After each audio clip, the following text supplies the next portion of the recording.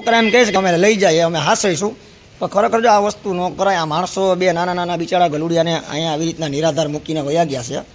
હવે આની માં એને ગોતતી છે, આપતા છે, તો ખરેખર આ વસ્તુ આવા પાપ ના કરાય. અને જો છોકરા કેટલા સમજુ કે ભાઈ, પણ એ લોકો અત્યારે એમ કહે છે કે અમારે લઈ જવા, અમે જીવની જેમ હાંચીશું. તો આવડા છોકરાઓને જો એટલી બુદ્ધિ છે કે ભાઈ આને આપણે હાચવવા, તો આ બહુ સારી વાત કહેવાય. લઈ જાઓ, લઈ લો, હાચવી જાઓ મારો ભાઈઓ. પાકું ને? તો રેડી, હાલો. આ ગલુડિયા અહીંયા માળિયા હાટીના અન્ન ક્ષેત્ર છે, ત્યાંની બાજુમાં આવેલ ચેમ્બર છે, ત્યાં હતા.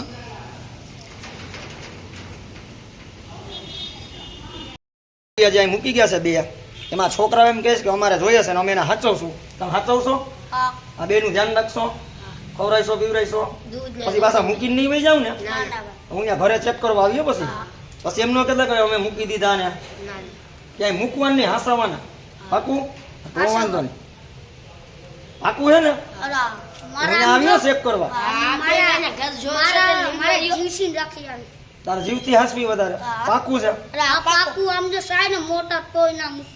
એને કીધું એમ ટૂંકમાં કુતરી ઓલી મારી નો નાખી, ઈ જોઈ ગયો. એવું થાય ને તો બપોર આવી ગયા ચેક કરવા. હા, ઈ તો હું ગોતી લે. પાકું ને? ક્યાં અંદર લીમડો આવે? તારું નામ શું છે? મારા પપ્પા એમ કે નથી દેતા, તો આ મૂકી જાવ ને. તો તું હે ને મારી રેકડી આવજે.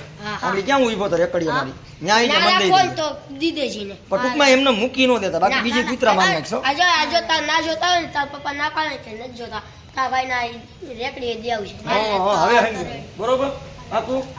વાંધો નહીં, હાલો. જો મારે જીવની જેમ રાખી લે. તો વાંધો નહીં, તો મારો ભાઈ પાકું, તો આપણો દોસ્તાર બોલા હાસઈ દેવો. હા.